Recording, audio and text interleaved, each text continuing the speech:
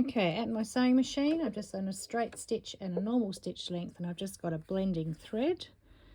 And I'm just going to start at the beginning, little back tack. I'm using not a 1/4 inch seam allowance, I've got a 1/4 inch foot, but I'm using the lines on my machine to do about a 1/2 inch. I'm going to get to my marked line and back tack. And then I'm going to turn my stitch length up to 5, which is the longest it will go.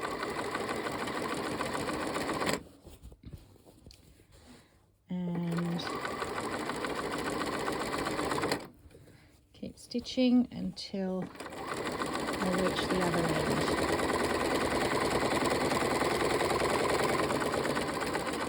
I'm going to get to my mark, back tack, and go back to my normal stitch length and stitch off the end. Next step will be to take that to the ironing board and press open my seam allowances. Okay, here's my cushion back. See, it's just puckered there a little bit. That's because I had a big long stitch and it's like it's gathered it, which is what you do use for gathering. It's probably a bit of a tension issue on my machine. So I'm just going to press that, and then we press that nice wide seam allowance open.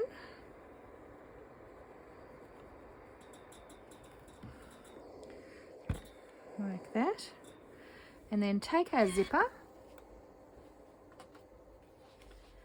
and place it right side down on the back so the teeth are facing the front of the cushion. I'm just going to check where my little mark was and make sure I've got the zipper outside of both those spots.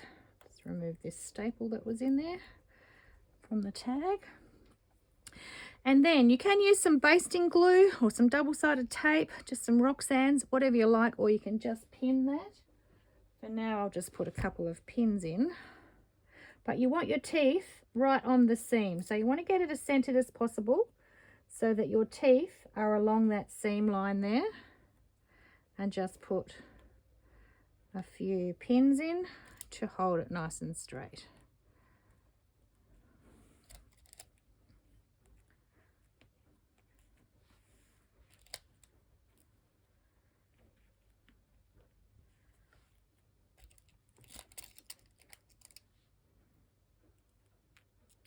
Just going to open that just a little bit. Just get that away from the end.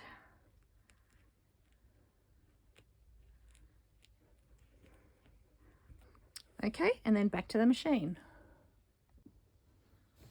Okay, I've changed to my zipper foot. You could do it with your standard foot or just your 1/4 inch foot, but I'm just changing to my zipper foot here to show you how I can get a little closer. So I'm just going to start right at the edge, and then once we get to our pins we can remove them and sew along the edge of the zipper. Not too tight, you can just use the edge of your foot against the edge of the zip pretty much.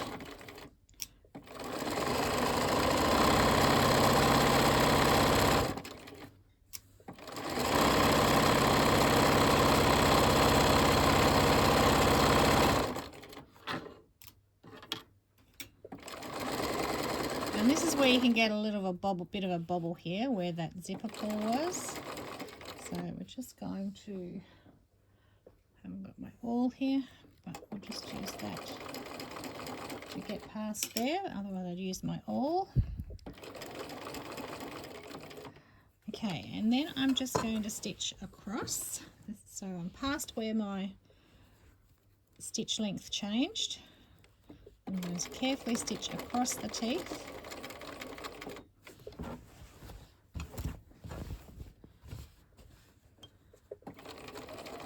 And then down the other side.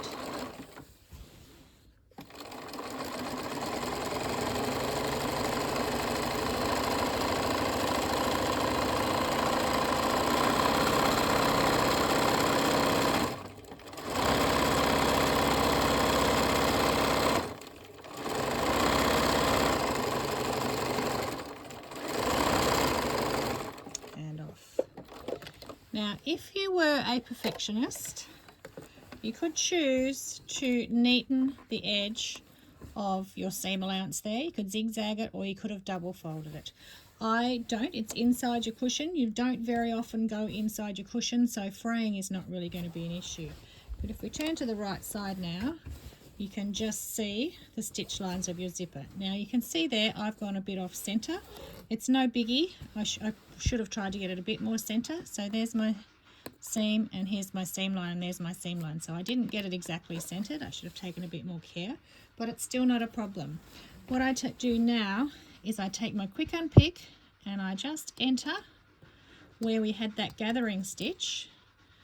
Put your bobble side down, and you're just going to snip through the gathering stitch and unpick it until you get to where you're back tacked and you went back to normal stitch length. All those little threads come out nicely, and that reveals a zip inside, but it's basically hidden by the seam allowance. So it's just my easy way of doing a zip for cushions. Not perfect, not like if you put into a dress or something, but for cushions it's a really easy way of doing it. And then I can just open it there. Okay, now I'm going to put my cushion back onto my cushion. I'm making a backing for my cushion. So this is my cushion front. It's 22 inches square, and I need to put a back on it, and I'm going to use a zip method in the back of my cushion. Okay, I could do a sleeve like a pillowcase where you have one end folded over and you have an opening, but I'm going to do a zipper because it's going to be a big European cushion and I want it to work well. So I've cut my backing the same size as my front, but an inch larger, an inch wider. So I cut it in one piece like this, and it is the same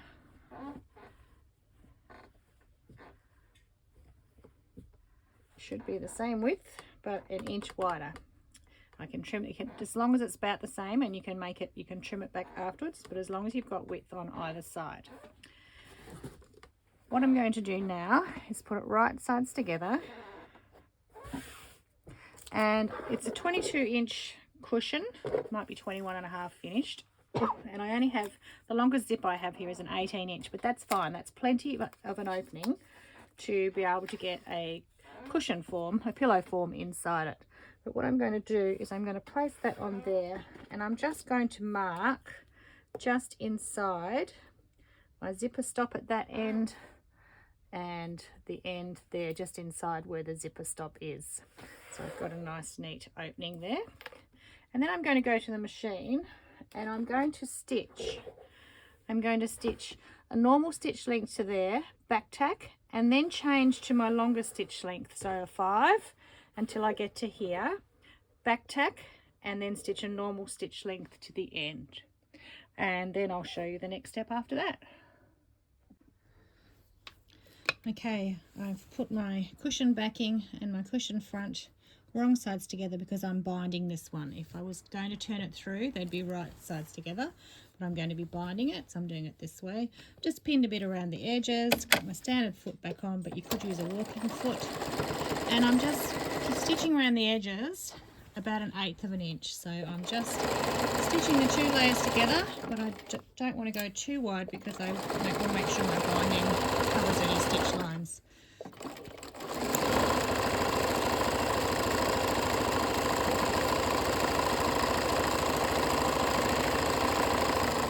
I'm using my awl just to make sure it feeds through nice and evenly and keeps everything nice and flat.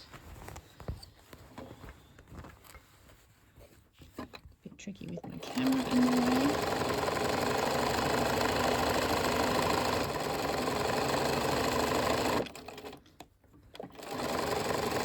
Because I'm right next to the edge here, I'm just using that awl to make sure it's all tucked under and it stays.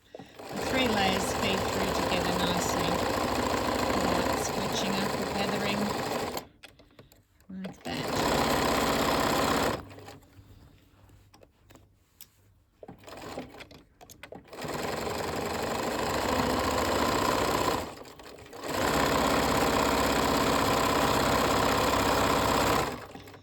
because I've got a layer of Pellin in there, or actually not Pellin, a layer of quilt batting in there, you could use your walking foot because you are stitching through quite a bit of thickness, and that's why it can pucker.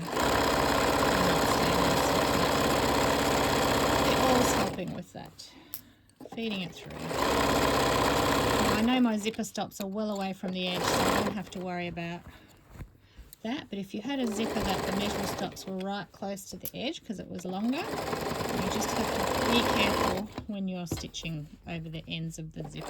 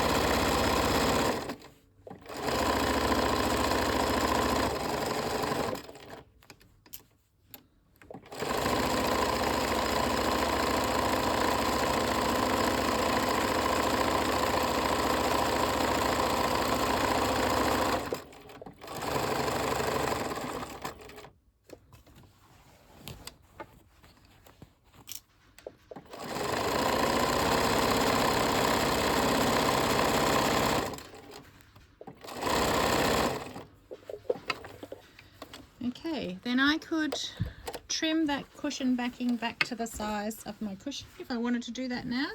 See, it was slightly larger, so I've got plenty of room to move and I can trim it back, but I'm just going to go ahead and start with my binding straight away. So I'm going to take my binding strip that I prepared earlier,